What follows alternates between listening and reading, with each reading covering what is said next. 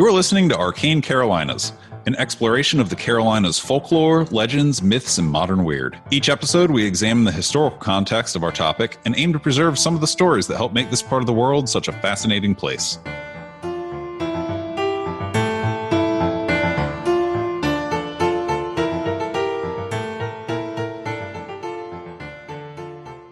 Check, check, mic check. Welcome back to Arcane Carolinas. I'm your co-host, Charlie Mushaw. I'm your co-host, multi-award-winning novelist, Michael G. Williams. And today, we have a story that I was going to save for spooky season 2022, but we had a conversation, was it last week, about how there's weird stories in every town? It was last week, right? Yeah, absolutely.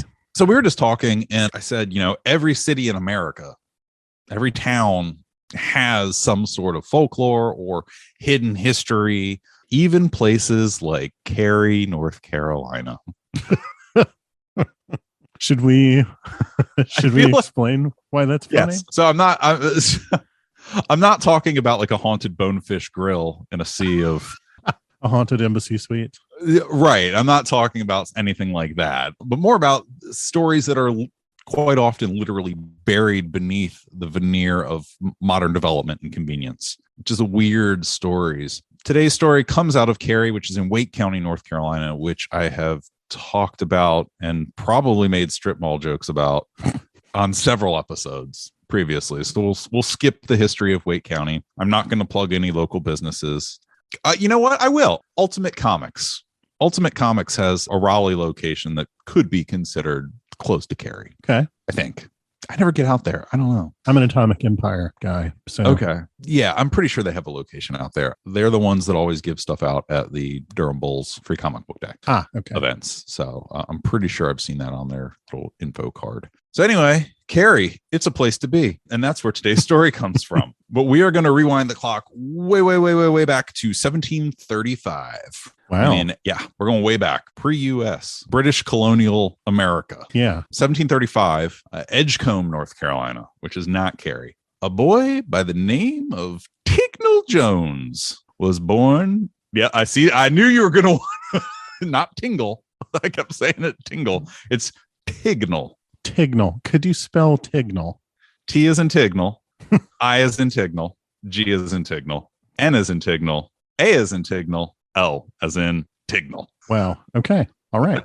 I'm very curious about the origin of that name. So Tignall Jones was born to Francis Crabtree Jones. Yeah.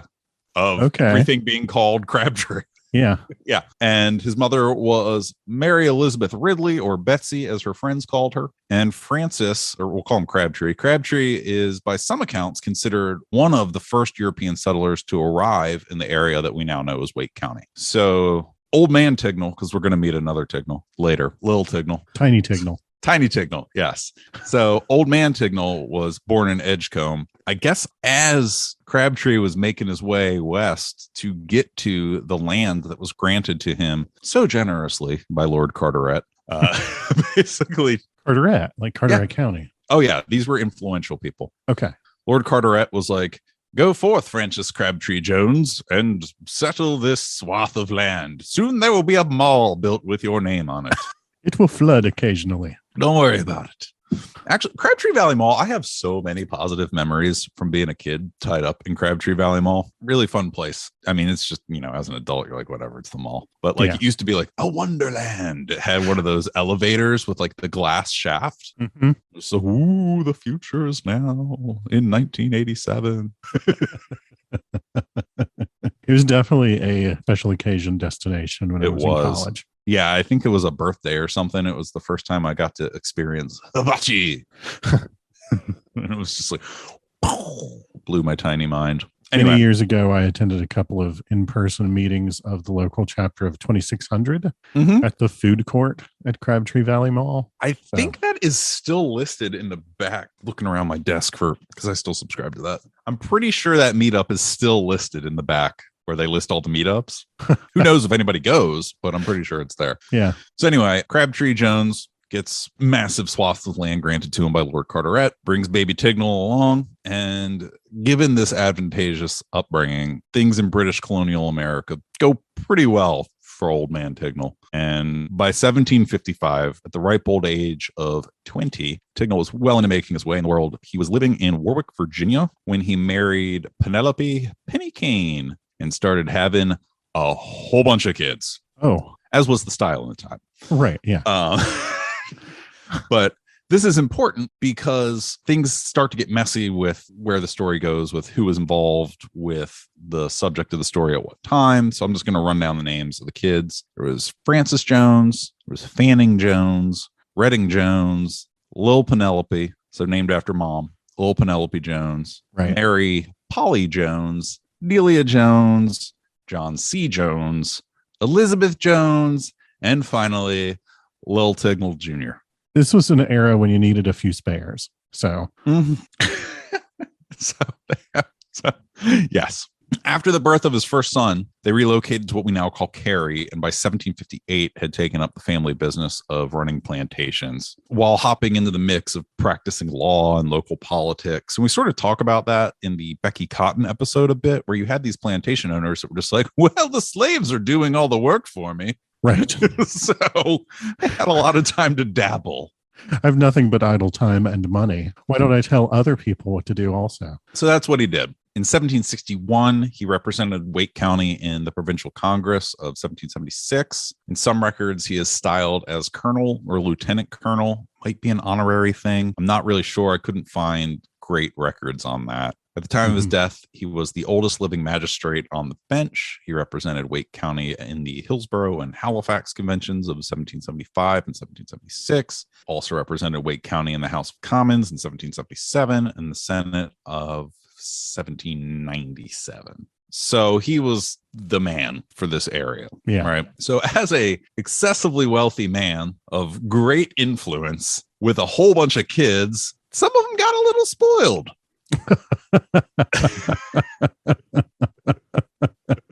Rich people gonna do rich people, you know. Right.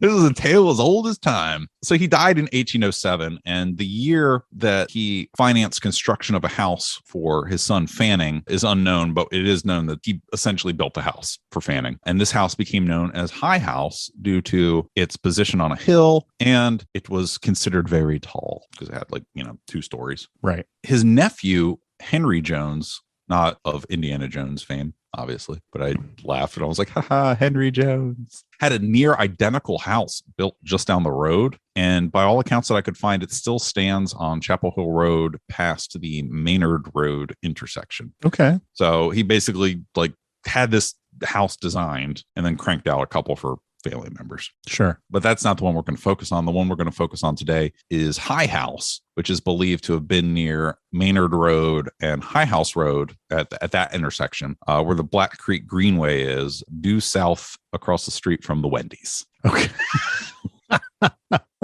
High House for all your Wendy's needs. Right. I like Wendy's. So this explains where the name High House Road comes from, because High House is a main thoroughfare through Cary. Yeah. And there's a reason that it was notable enough to warrant a road named after it. Mm-hmm. So if you want to go to the site of where the house was, it's catty corner from the Walgreens, just due south of the Wendy's at the mouth of the Black Creek Greenway. And it's pretty cool. Unfortunately, it's Cary, and so anything you describe as being across the street from the Wendy's and catty corner to the Walgreens is immediately going to be indistinguishable from basically any other street corner in Cary. So again, Black Creek Greenway. Google it. Still like forest and stuff there a little bit. Yeah. So old man Tignall built Fanning a house. And the thing is, rich kid's gonna rich kid. Fanning liked to party a lot. And the house developed a reputation, and I have multiple sources on this, for being a regular scene of, quote, petty women, horse racing, fist fights, duels, and plenty of drink.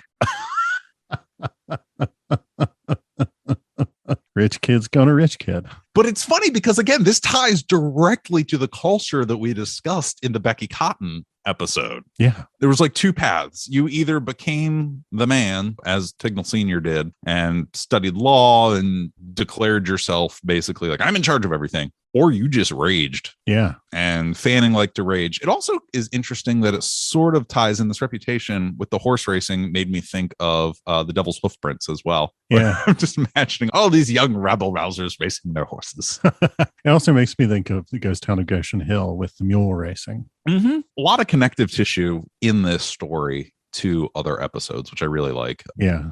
Cultural norms for the time. Yeah. Turning up in multiple stories is always interesting.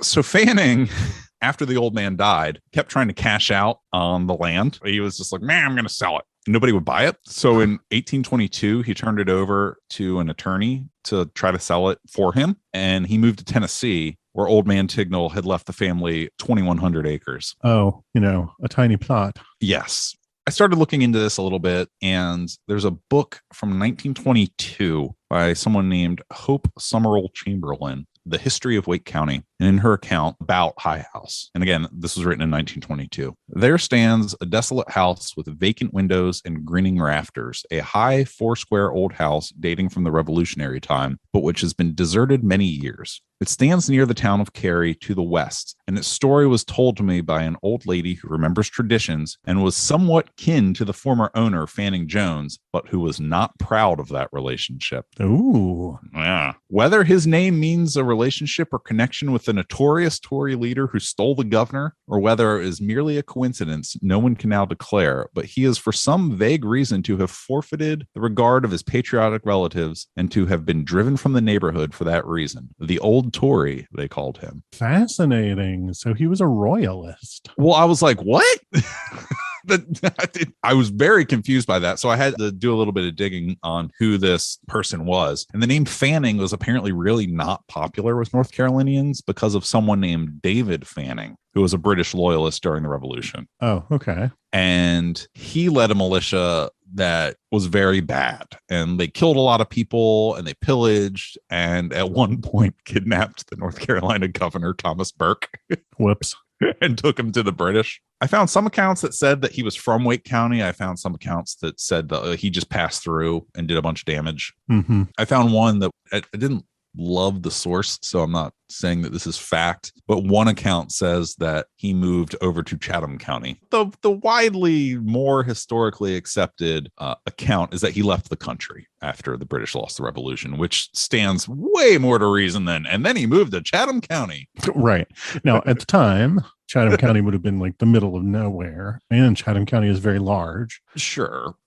But still, you could take your wagon an hour down the dirt road and hide in the woods, basically, or you can just go back to the country that you were willing to terrorize people for. Right. So he left. But regardless of his story, or even the reasoning behind why Fanning of Tignall lineage left to live out his days in Tennessee, I could see word of mouth getting twisted, right? Yeah, of course. There weren't a ton of great news sources at the time. And, word gets around that somebody named Fanning, which was probably kind of a rare name. At least it is now. And I grew up in a place where there were things named Fanning because there was a particular person with that last name. Mm-hmm. But it's easy enough to imagine that within a generation, people would have the story all wound up so that a different Fanning was being held responsible or judged for the acts of, some Fanning who had passed through. Right. Guy lives on the hill in the big house. Where all the parties happen, where all right. the horse racing happens, duels, all the bad stuff. I love the account of, and petty women. Yeah. We've talked before in other episodes about the ways that historical figures can kind of be grafted onto high school stereotypes. Mm-hmm. And it really sounds like some of this dude's kids were basically like the popular jock that is secretly really smart and gets straight A's, and nobody really realizes that. And then some of his kids were the popular kids who were popular because they threw constant keggers in their enormous McMansions every weekend because their parents were out of town. Right. Vacationing in the Caribbean. Yeah. Basically 80s movie teenagers. Right. So regardless of, his reasoning, he left. He just dipped out and said, I'm going to Tennessee, going to go live on my 2,100 acres with the family and whatever. I don't necessarily fault him for that. If somebody was like, aren't you the guy that, did this terrible thing? And be like, no. Like, yes, you are. Be like, you know what? I don't need this. I don't need this in my life. Yeah. So he left, and that's sort of the last we ever hear of him, except that his lawyer managed to strike a deal with John Ray and James Peters before he died. So in 1830, these two invest in the land and they pick it up. I found an account they traded additional Tennessee land for it. Like they were basically, land speculators. And they were like, well, you're already in Tennessee. We'll give you X number of plots. You give us this plantation in North Carolina, and we just call it a deal. So no cash changed hands. It was just a trade. I can't remember if we've talked about this in an episode already, but there was a ton of land speculation at the time, especially in Appalachia. Basically, land speculation at the time was the NFTs of its era, because there were titles being traded as a commodity for land that nobody had ever seen. The old mining scams and stuff. Yeah, totally. Things like that. So these investors treated it like an investment. They didn't, set up shop there or anything. And they wound up selling it 3 years later to the Alford family.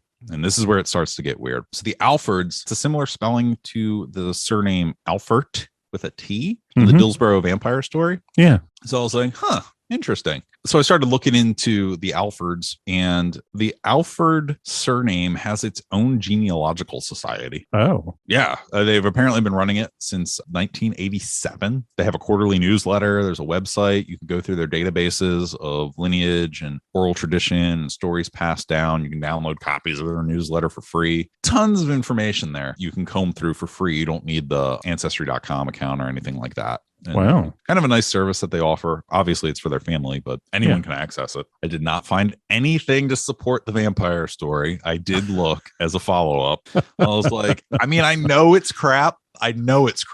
But I just found this new resource. I'm going to use it. Yeah, totally. And it just reinforced my beliefs on that. So anyway, the Alford family with a D on the end purchases this plantation. This is when the strange happenings begin to happen. The family passed down multiple reports across generations as I combed through their records, and specifically in the June 1991 issue of their newsletter, it sort of puts all the stories into one digestible, several page long collection. Multiple sightings of a ghost that appeared like a little girl. Ooh. Inside the house. Ooh. A little girl would go upstairs or enter rooms and then disappear. Seen by multiple generations, including a skeptical grandfather who didn't believe in it and thought it was just a granddaughter not listening to him when he was yelling at it.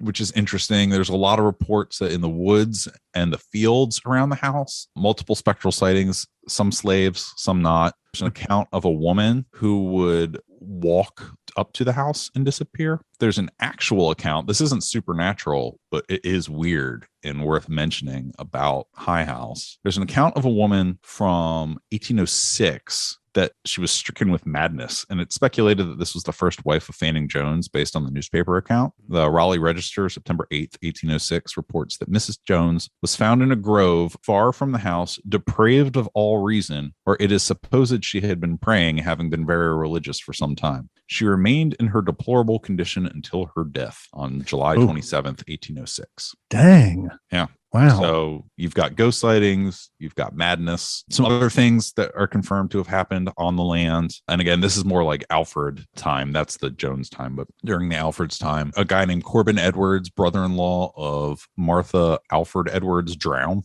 Oh. Eldridge Austin, a relative of Martha Alfred Edwards through marriage, was hunting and accidentally killed himself, chasing a turkey with a loaded gun, and killed himself on the grounds. Ooh. An interesting kind of funny one. Penina Alfred Williams' husband, Robert, was clearly upset with his wife and put a letter in the newspaper that he would not be responsible for her actions.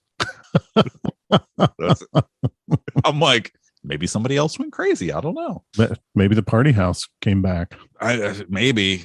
Other tragedies that I'm surprised I was able to find documentation on are the Old Man Tignall. This is sort of like a sins of the father, or maybe this is where all the problems started type situation. Old Man Tignall had a habit of splitting up slave families whenever it benefited him financially. Oh, yeah. Mm-hmm. Specifically, there's an account from a former slave that he was like, I want to get married, love each other and all this. And he said, all right, well, we'll make it happen. And then 4 years later, after they had a kid, he split them up. Yeah. Just awful stuff. So a lot of tragedy A lot of trauma, both fatal and non, on this land. Just unfathomable cruelty. To be clear, this was a plantation, and all the stuff that comes with that occurred on this land. In addition to the weird deaths, people losing their minds, people seeing ghosts across generations in various places, there is a family graveyard that remains from High House. It was located during the buildup of the area because the house isn't there anymore, to be clear. But I was going to ask. so the house isn't there. We'll get to that. But the family graveyard was found. They did an archaeological survey that put the number of confirmed remains at 18. There could be more. Who knows? Right. But it is fenced in. Please don't go stomping around in it. It's in a neighborhood over there. It's been built up. And the final mystery of High House isn't supernatural at all, but rather that the land contains or contained buried treasure. Really? Yeah, it's speculated that during wartime, some accumulated wealth was hidden and never found. Huh. And this comes from oral tradition of this is what they did. We definitely know that it happened. This is from former slaves saying like, no, they did it. We hid it. And it's speculated that what happened to the house is that it slowly got picked apart by scavengers who had heard the legend, and it eventually just structurally lost integrity and fell apart. Yeah. Another story is that it burnt down. It's interesting that there is no definitive what happened to High House story on the web or in the books that I could find. It just sort of ceased to be. That's fascinating. Yeah. Huh. Some people will say that there's bits of the old chimney that you can find if you know where to look. But that's it, which is so strange to me. Like you've seen them too. I've seen them. You see them by the side of the road where the only thing left is a chimney of an old house. But generally, if you kick around in the dirt, you can find like little bits of metal or, wood rotted, but you can find evidence that more was there. Totally. But the only thing that I could find is some people saying like, oh, I found the old chimney.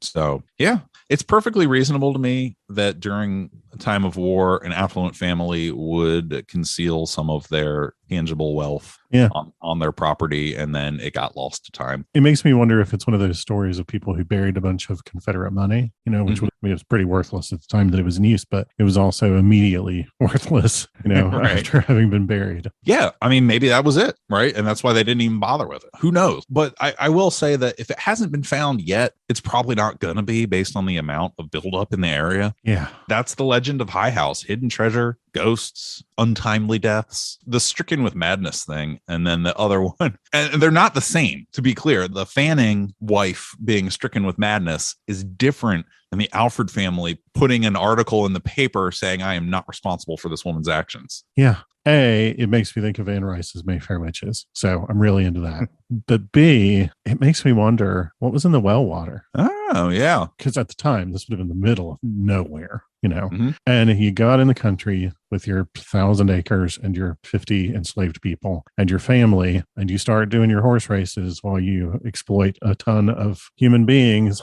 and you're already a pretty bad person. Who's going to really notice if there's lead in the water and you start getting real stupid or real messed up in the head from it? Yeah. I mean, that is a very valid point, and one that I had not considered while collating these notes. I was going with the whole, like, the ground is cursed because of the bad things that have happened there. So that's interesting that you went there, not me, because that feels right. like a bit of a role reversal. That said, that ground is definitely cursed.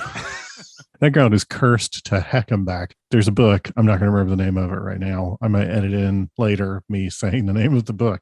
Hey, Michael here. The name of that book is Tales from the Haunted South by Tia Miles. Tiyaamiles. It was published by the University of North Carolina Press in 2015. I'll link to it in the show notes. About the way that haunted plantation tours tend to exploit the human misery that occurred there. And they've also kind of become a place where the false narrative of the lost cause of the South continues to be nurtured by people.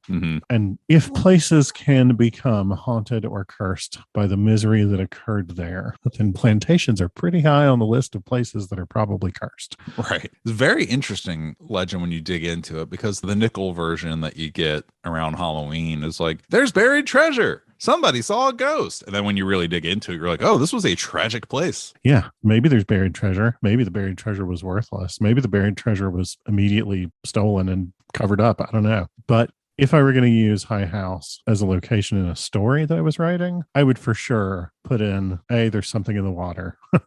Mhm. But that something in the water is simply a reflection, unbelievably bad energy there. But also, they would have done stuff like told people they buried a bunch of treasure in one place while they shipped their treasure to Tennessee, things like that. They would have like done stuff where they would have continued to exploit the expectations and the sort of presumed obedience of the people around them by just like feeding them a bunch of stories. Yeah, I like that. I like that. What if? Do you want to see some pictures? Yes, please. All right. And I will put these on the Facebook page when we do this. When this episode goes live, I'll put this on the Facebook page in an album. All right. So that's the house in 1887. Oh, wow. That seems to be it in a state of disrepair. Yeah, that is definitely a state of disrepair. Uncredited. So I'm not really sure on a year on that. This is the drawing from 1848, which shows the plots. Pretty big. Of the cemetery, you can see that it's fenced in and definitely next to somebody's house. Wow. Here's the not responsible for my wife newspaper clipping. Yeah, just lots and lots of resources on this one. Here's that newsletter.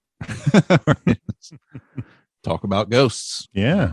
I'll collate those and get the good ones. Yeah, please do. Make sure that they're available for people to check out. But yeah, the point of this episode was that there is hidden history everywhere, even next to the Wendy's and catty corner from the Walgreens, which is just wild to think about. If somebody had said to me, there's a haunted location of a former plantation in the middle of Cary on a High House Road, I would have assumed that person was lying. With possible buried treasure. Yeah. There's so many layers to it.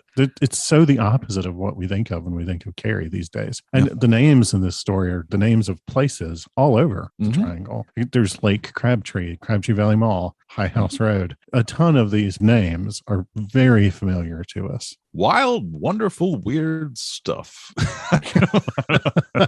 But you're absolutely right. Like every place has stories like this. Every place has something like this. When we talked to the Grim Wanderers and they were talking about the really tragic history of the place where they live, and it's a tiny town in South Carolina, but there's a ton of history there that is sometimes literally buried just out of sight. And I guarantee wherever you are in the Carolinas or wherever you are outside of the Carolinas for that matter, there is a ton of history just waiting around the corner. Yeah. So that's pretty much it for this one. It seemed like the appropriate episode to do after our conversation last week. Yeah, totally. Yeah. Thank you. That was really neat. I would never have guessed that there was this complicated story of bacchanalian wildness and then a family in decline and a house in decay and madness on the grounds and a buried treasure literally 15 minutes down the road from me. Yeah. That's all, folks. Thanks for joining us. You've been listening to Arcane Carolinas. Please consider giving us a rating on Apple Podcasts, Facebook, or wherever you happen to listen to us. We really appreciate you being here.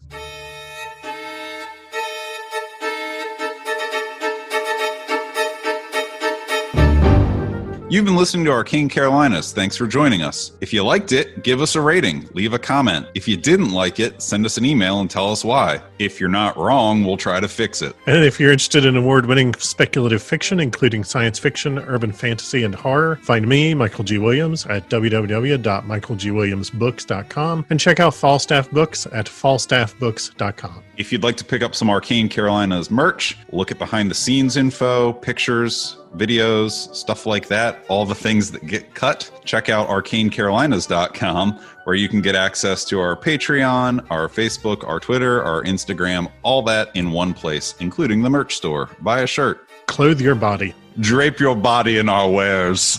Be our living billboards.